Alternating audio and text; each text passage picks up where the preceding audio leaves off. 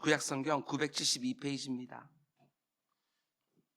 이사야서 3장 16절과 16절에서 26절까지 말씀인데, 우리 16절, 17절, 우리 두 절 말씀만 우리 한 목소리로 함께 읽겠습니다.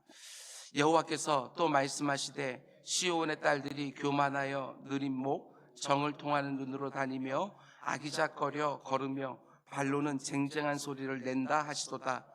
그러므로 주께서 시온의 딸들의 정수리에 딱지가 생기게 하시며 여호와께서 그들의 하체가 드러나게 하시리라. 아멘. 잠시 기도하겠습니다. 사랑해 주님, 2024년 사순절 절기를 오늘부터 또 시작하게끔 허락해 주신 거 감사를 드립니다. 그 어느 때보다도 우리 사랑하는 구주 예수 그리스도의 십자가와 부활을 묵상하는 절기가 될 수 있도록 인도하여 주시옵소서. 그 십자가로 말미암아 내게 어떤 일이 생겼는지, 어떤 변화가 이루어지고 있는지 제대로 보게 하여 주시고, 부활을 통해서 내 인생에 절대로 빼앗기지 않는 소망이 무엇인지 아버지 하나님 다시 한번 새롭게 생각하는 복된 절기 될 수 있도록 인도하여 주시옵소서. 내 주 아버지 하나님, 뿐만 아니라 이번 주일까지 우리 항존직 선거를 위한 지원 서류가 접수가 마감이 되었습니다. 주님께서 우리 교회 가운데 속에 좋은 장로님들, 권사님들, 안수집사님들, 여집사님들 세워주시옵소서. 아버지 마음 가운데 사모하는 마음 허락하여 주시고, 아버지 이 땅을 살아가면서 주님의 몸된 교회로 나를 부르셨사오니 보다 책임감 있게 아버지 교회 공동체와 지체들 하나하나 섬기는 직분자들 많이 나올 수 있도록 주님 인도하여 주시옵소서. 아버지 이번 주 아버지 토요일에 우리 유아유치부의 행사가 있습니다. 주님께서 함께 붙들어 주시사 그 행사도 기획했던 모든 것들보다 더 아름답게 진행되어질 수 있도록 인도하여 주시옵소서. 다윗 2의 1,000번째를 주님께서 받으시고 솔로몬이 받았던 그 응답, 그의 삶 가운데에도 반드시 임할 수 있도록 주님 인도하여 주시옵소서. 오늘도 말씀을 드리려 합니다. 하나님의 음성이 각 사람의 심령 가운데 들려지는 복된 예배가 될 수 있도록 인도하여 주시옵소서. 예수님의 이름으로 기도드렸습니다. 아멘, 아멘. 여러분 잘 오셨습니다. 오늘 좋은 날이 좀 있습니다. 아멘. 특별히 오늘이 우리 젊은 친구들이 기념하는 발렌타인데이입니다. 우리 사랑하는 여인들이 또 사랑하는 또 남자친구나 남편에게 또 아버지에게 초콜릿 선물하는 날인데, 오늘 여러분들 다 받으시겠지만 교회에서 제일 먼저 받으라고 새벽에 여러분들께 먼저 드렸습니다. 또 이런 거 작은 거 하나가 또 아침부터 우리에게 또 즐거움을 주지 않습니까? 우리 오늘 이 자리에 참석하신 우리 남성 새벽 기도자들 특별하게 즐거운 한 날이 될 수 있기를 주님의 이름으로 축원드립니다. 아멘. 3월 14일에 또 준비하겠습니다. 오늘은 이사야서 강의 11번째 시간입니다. 오늘 말씀의 제목은 내면은 다 부패했는데, 썩은 냄새가 풀풀 나는데 외면의 아름다움과 화려함만 관심을 갖는 여인들, 이런 제목으로 말씀 전하도록 하겠습니다. 단지 그 시대의 여인들만 지칭하는 게 아닙니다. 그 여인들의 모습을 통해서 이사야 선지자가 활동하던 시대의 그 악한 정신, 그걸 하나님께서 고발하는 것이지요. 내면의 상태는 점검하지 않고 외면만 신경 쓰는 그 어리석은 인생들을 하나님께서 고발하시는 것입니다. 우리가 한 사회를 바라볼 때 그 사회가 얼마나 건강한지를 보여주는 두 가지 지표가 있다고 말씀을 드렸습니다. 그 중에 하나가 지도자들이 얼마나 건강한가, 그 사회 건강함을 판단할 수 있는 지표가 되지요. 그리고 또 한 가지, 그 사회의 건강성을 보여주는 지표가 바로 어머니들이 얼마나 건강한가입니다. 어머니들은 가정의 근간 아닙니까? 그 가정의 건강함을 좌우하는 너무나 중요한 자리가 바로 어머니지요.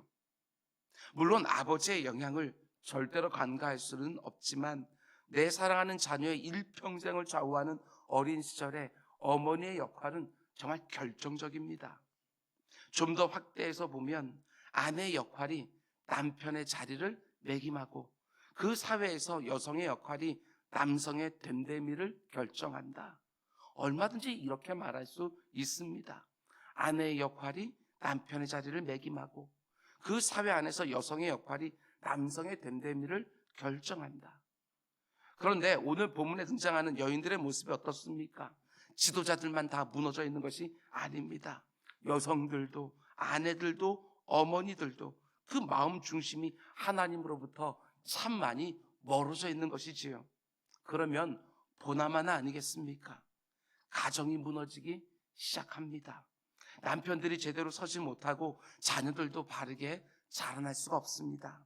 그러니까 하나님 왜 이스라엘 백성들을 심판하지 않을 수 없었는지를 보여주는 너무나 상징적인 이유로 그 당시 여인들의 모습을 오늘 본문이 보여주는 것이지요. 그 시대 여성들과 아내들과 어머니들이 어떤 모습으로 살았는지 16절은 이렇게 말합니다. 여호와께서 또 말씀하시되 시온의 딸들이 교만하여 느린 목과 정을 통하는 눈으로 다니며 아기작거려 걸으며 발로는 쟁쟁한 소리를 낸다. 하나님께서 말씀하셨도다. 지금 이 시대에 여성들의 관심이 어디에 있습니까? 남성들의 주목을 끄는 것에 다 가 있습니다. 남성들에게 어떤 모습으로 드러나는지 여기에만 모든 관심을 가지고 있고, 다른 선지서 내용들을 보면 결혼해서 남편이 있는 아내들조차도, 자녀들을 신앙으로 양육해야 되는 어머니들조차도 다른 남성의 관심을 끌고 싶어하는 모습을 보여주는 것이지요. 느린 목, 정을 통하는 눈, 걸을 때 남성들이 자기를 주목할 수 있도록 소리를 내는 발 장신구까지 하나같이 전부 다른 사람들의 주목과 관심을 끌고 싶어하는 여인들의 모습을 보여주는 것입니다. 우리가 익히 들은 것처럼 교회는 큰 가정이고 가정은 작은 교회라고 말을 합니다. 당연히 교회 공동체의 건강성은 성도들의 가정들과 밀접하게 연결될 수밖에 없는데, 그 가정을 세워가는데 가장 결정적인 역할을 하는 아내들과 어머니들의 관심이 다 다른 데가 있는 거예요. 하나님이 보기를 원하시는 건강한 가정을 세우는데 모든 관심이 가 있는 것이 아니라 가정 밖에 있는 누군가로부터 관심을 받고 싶어 하는 것이지요.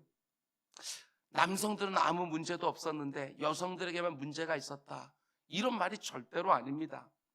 남성들에게 문제가 많았던 것은 말할 것도 없고, 심지어 여성들까지, 심지어 아내들과 어머니들까지, 이런 의미인 거예요.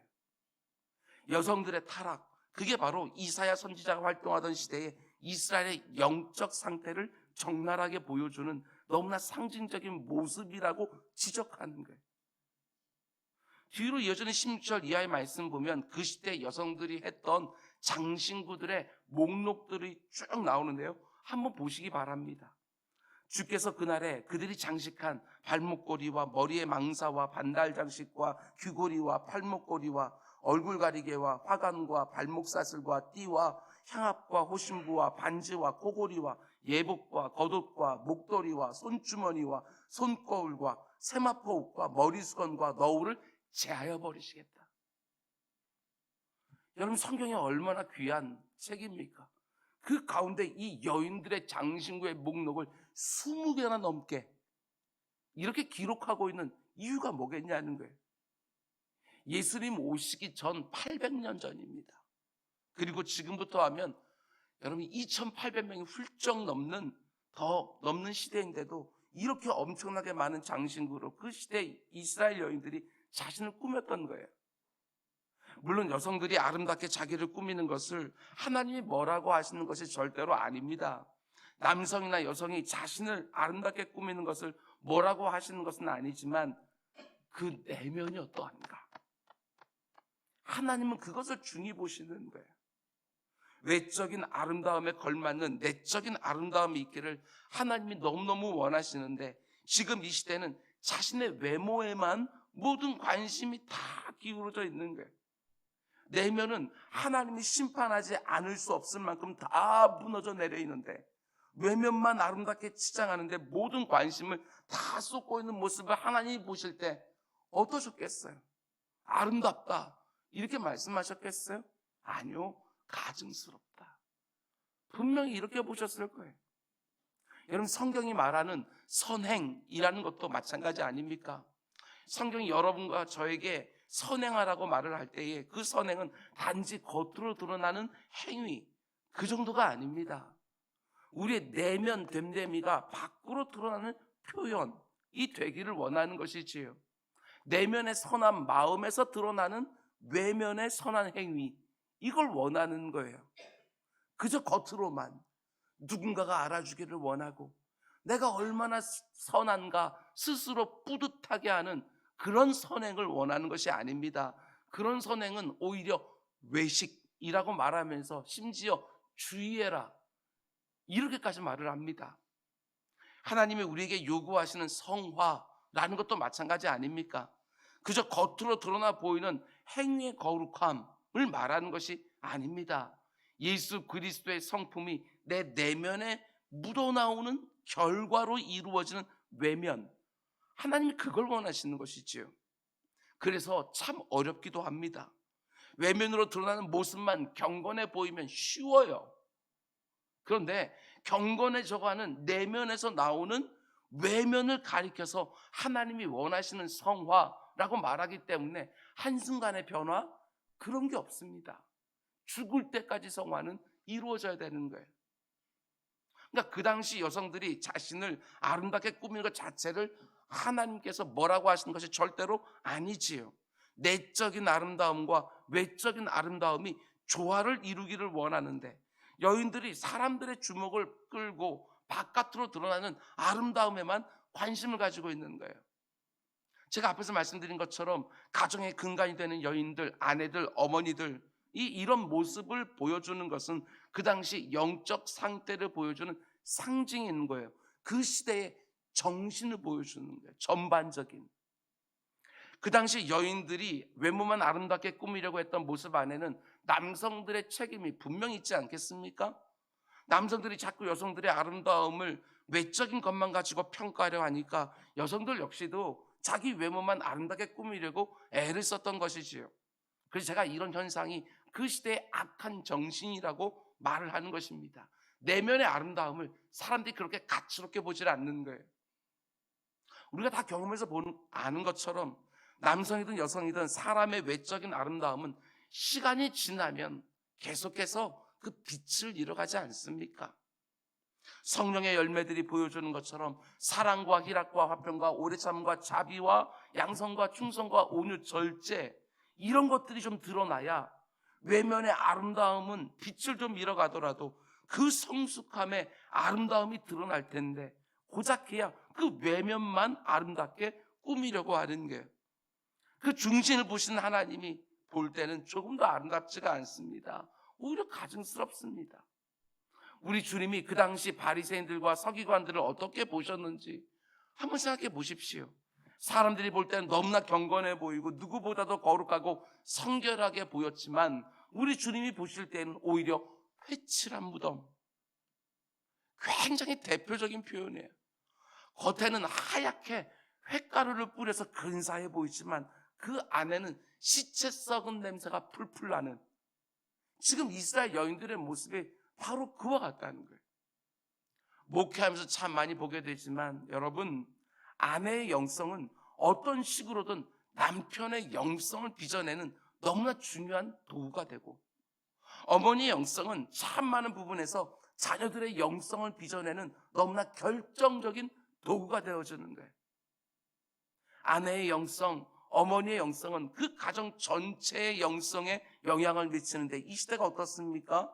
여인들이 다른 사람들의 주목을 받고 싶어서 외모를 가꾸는 일에만 전념하고 있는 거예요. 내 중심을 보시는 하나님 앞에서 내 내면이 어떠한가, 거기에 관심을 갖는 것이 아니라 바깥을 꾸미는 일에만 모든 관심을 다 쏟아붓고 있으니 그 시대의 가정의 영성이 도대체 어떻게 되겠어요? 늘 말씀드리는 것처럼 이스라엘이 망할 때를 보게 되었으면 그들의 모든, 여러분, 영적인 이 내면이 다 무너져 있는 거예요. 그렇다고 해서 외적인 제물을 안 드린다거나 제사를 안 드리거나 아니면 절기를 안 지키거나 그런 거 하나도 없어요. 성전들은 계속해서 밟고 있는 거예요. 제물은 계속 드리고 있지만 우리가 이미 보았던 것처럼 하나님께서 더 이상 그런 거 가져오지 말라고 내 마음이 심히 곤비하다고, 마음이 안 담겨있는 그 외적인 어떤 행동 하나하나, 하나님은 그것을 신앙적인 행위라고 보지를 않는 것이지요. 그 시대의 악한 정신이 심지어 아내들에게까지, 심지어 어머니들에게까지 나타나고 있으니 그 전반적인 영적인 상태가 지금 어떤 모습이겠냐고요.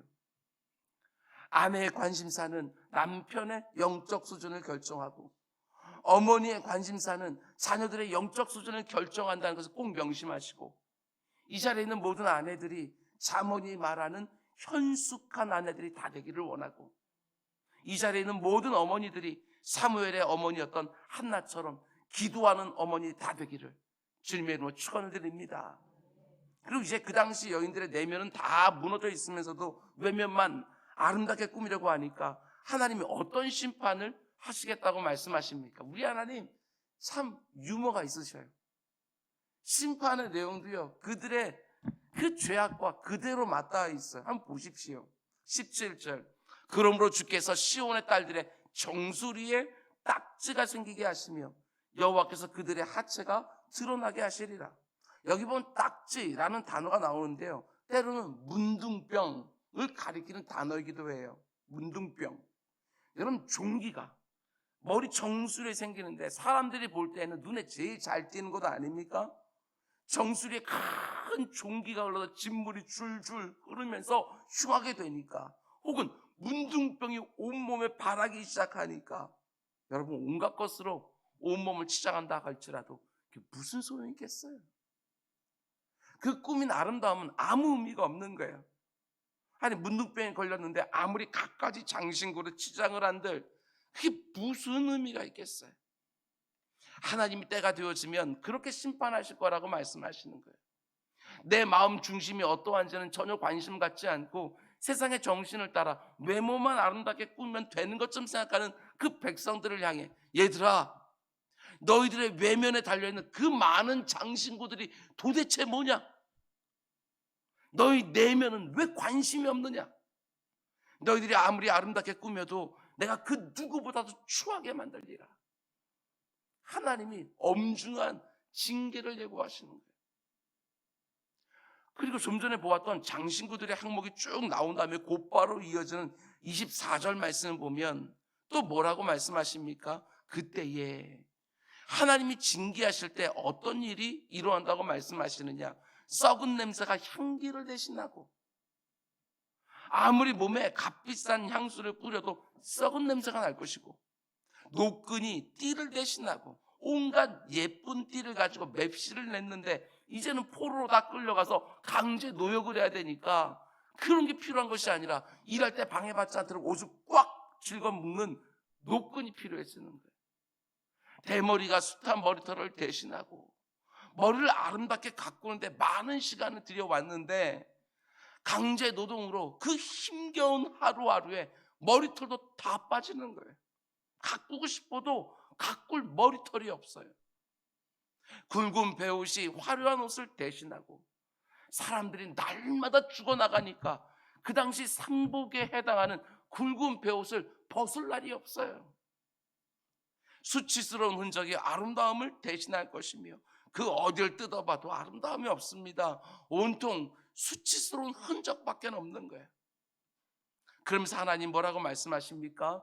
그 당시 여인들이 이렇게 되어지는 가장 결정적인 이유를 말씀해줘요. 25절과 26절. 너희의 장정은, 그렇게 관심을 끌고 싶어 했던 너희의 장정은 칼에, 너희의 용사는 전란에 망할 것이며 그 성문은 슬퍼하며 곡갈 것이요 시온은 황폐하여 땅에 앉으리라. 하나님이 그 땅에 전쟁을 일으키겠다는 것입니다. 너희들이 아무리 꾸미고 아무리 화려하고 아름답게 너희 외모를 가꾸어도 전쟁이 일어나서 나라가 완전히 망해버리면 그 외면의 아름다움이 무슨 의미가 있겠냐, 이 말씀이지요. 여러분, 하나님이 이스라엘이라는 나라를 두신 지정학적인 위치를 한번 생각해 보십시오. 나라가 있는 위치에도 하나님의 뜻이 담겨 있는 거예요. 뜻. 우리나라로 말하면 경상남북도 합친 그 정도 작은 땅덩어리입니다. 위쪽으로는 아수르나 여러분 바벨론이나 페르시아나 거대 제국들이 계속해서 생기는 문명의 발상지고, 아래쪽으로는 전통적인 강국인 애굽이 딱 버티고 있는 그런 위치에 이스라엘이 세워져 있는 거예요. 왜 그런 곳에 하나님이 나라를 세워주셨겠어요? 당연하지요. 하나님이 도와주지 아니하시면, 하나님이 지켜주지 아니하시면 늘 강대국에 흔들릴 수밖에 없다는 것을 보게 해주시기 위하여, 믿음으로 딱 서서 하나님의 도우심을 끝없이 경험할 때는 아무리 강대국들이 득실거려도 안전했지만 세상의 방식으로 자기 스스로 필마와 병거를 잔뜩 준비해 놔도요, 상대가 안 돼요. 하나님이 지켜주지 아니하시면 파수꾼의 경성함이 허사로다라고 말하는 시편 127편 말씀 그대로지요. 지정학적 위치 가운데 속에서도 이스라엘이 어떻게 안전을 보장해야 되는지는 너무나도 명확해지는 거예요. 근데 이스라엘 백성들이 지금 어떻게 하고 있어요? 이 세상처럼, 우리가 이때까지 본 것처럼 스스로 안전을 담보하려고 하는 거예요. 스스로 힘을 다하여 필마와 병거를 마련해 놓고 그걸 의지하려고 하는 것이에요. 어리석은 거예요. 인생들을 의지하지 않았습니까? 그 깜도 안 되는 지도자들을 세워놓고 그 인생들을 의지하는 거예요. 여인들은 하나님이 보시는 내면을 아름답게 꾸밀 생각을 전혀 하지 아니하고 고작해야 외면에만 수많은 장신구들을 주렁주렁 달고 길거리를 돌아다니고 있는 거예요. 그들이 하나님의 징계를 받는 거 너무 마땅해 보이지 않습니까?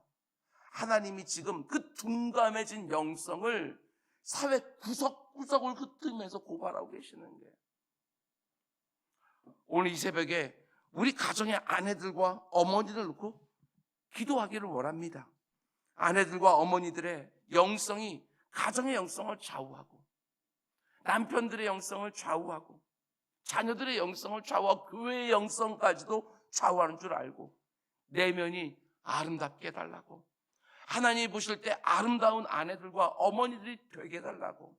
그래서 남편들이 이 땅의 교회들을 세우는 하나님의 충성스러운 일꾼들로 세워지고, 자녀들이 이 땅에 다시 한번 부흥의 주역으로 우뚝 서게 해달라고 이 새벽에 기도하기를 원합니다. 새벽마다 아내들과 어머니들이 참 많이 나와서 기도하지요. 가족들을 위한 기도 제목 참 많이 있겠지만 그것보다 먼저 나를 위해서 기도하셔야 돼요. 내가 현숙한 여인으로 서는 것, 그것이 남편을 위한 것이고, 내가 기도하는 어머니가 되는 것, 그것이 바로 자녀들을 위한 것이고, 내가 하나님 앞에 외면과 내면이 다 조화롭게 아름다운 사람이 되는 것이 하나님 나라를 위한 것이고, 하나님을 영원하게 하고 이웃을 복되게 하는 줄 알고 나를 위해서 기도해야 되는 거예요. 남편들 역시도 아내들을 위해서 기도하셔야 되고, 자녀들 역시도 어머니를 위해서 기도해야 되는 것이고, 내가 하나님 앞에 견고하게 딱 서면 남편과 자녀들이 견고하게 서는 줄 알고, 내면과 아름다움이 다 아름다운 하나님이 기대하시는 아내들과 어머니들로 점점 변해가는 은혜, 우리 모두에게 주어지기를 주님의 이름으로 축원을 드립니다. 우리 기도하겠습니다.